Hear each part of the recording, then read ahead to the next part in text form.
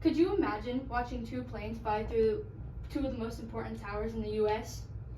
Most of you may be thinking of this as 9/11. Us teenagers, especially myself, don't pay much tribute to this or think much about it. In my speech, I will cover what the World Trade Center was, the main events, the Pentagon terrorist attack, tragic events prior and past 9/11, how people felt, personal stories, and how airports may have changed. What was the World Trade Center, you may ask? The World Trade Center consisted of two towers, north and south. They contained 35,000 people and 430 companies, including Verizon, New York Stock Exchange, Morgan Stanley, Aon Corporation, and etc. The first plane hit the North Tower at 8:46 a.m. Firemen and policemen went rushing to the North Tower to save everyone in the tower. They had no hesitation or wasted no time in getting into groups and going up the towers and saving everyone. All the elevators were out, so the only thing that they could use was the staircases. Most people in the South Tower did not think anything of it, which is weird because you wouldn't expect them to stay in the tower with the one next to it that just got hit by an airplane. They all stayed at work, but not long after, 17 minutes later, at 9:03 a.m., the South Tower was hit. Of course, there was debris flying everywhere and some other things that people do not want to know. Firemen then split up into groups in the North Tower and the South Tower, and then also split up into groups in there, and then worked their ways up on the staircases and brought everyone down. Most people, when you mention 9/11, they think of it as the World Trade Center collapsing. The Pentagon terrorist attack was also another tragic event that happened on 9/11. The Pentagon terrorist attack happened with a plane crashing into the west side of the Pentagon at 9:45 a.m. The plane hit the E-ring of the first deck level between corridors 4 and 5.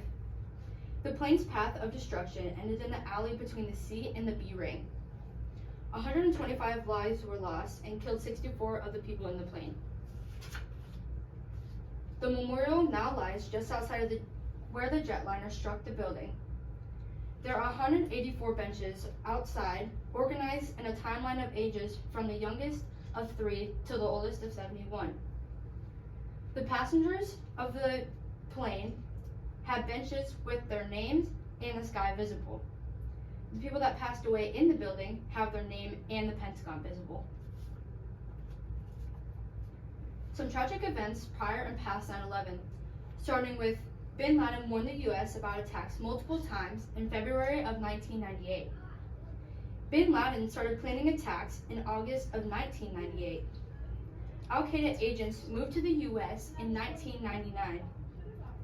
Final plans were made in July of 2001. September 11th of 2001, the terrorist attacks took place.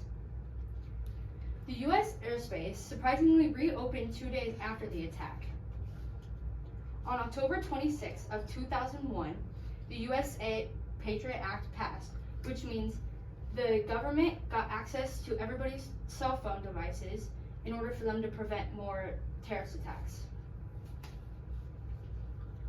During this time, people obviously felt scared or confused on why people would want to do this.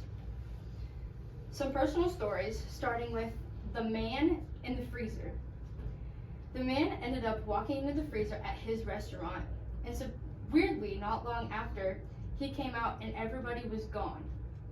Not knowing what happened, he slowly walked to the door and watched debris fly everywhere in the air, and people running from left to right.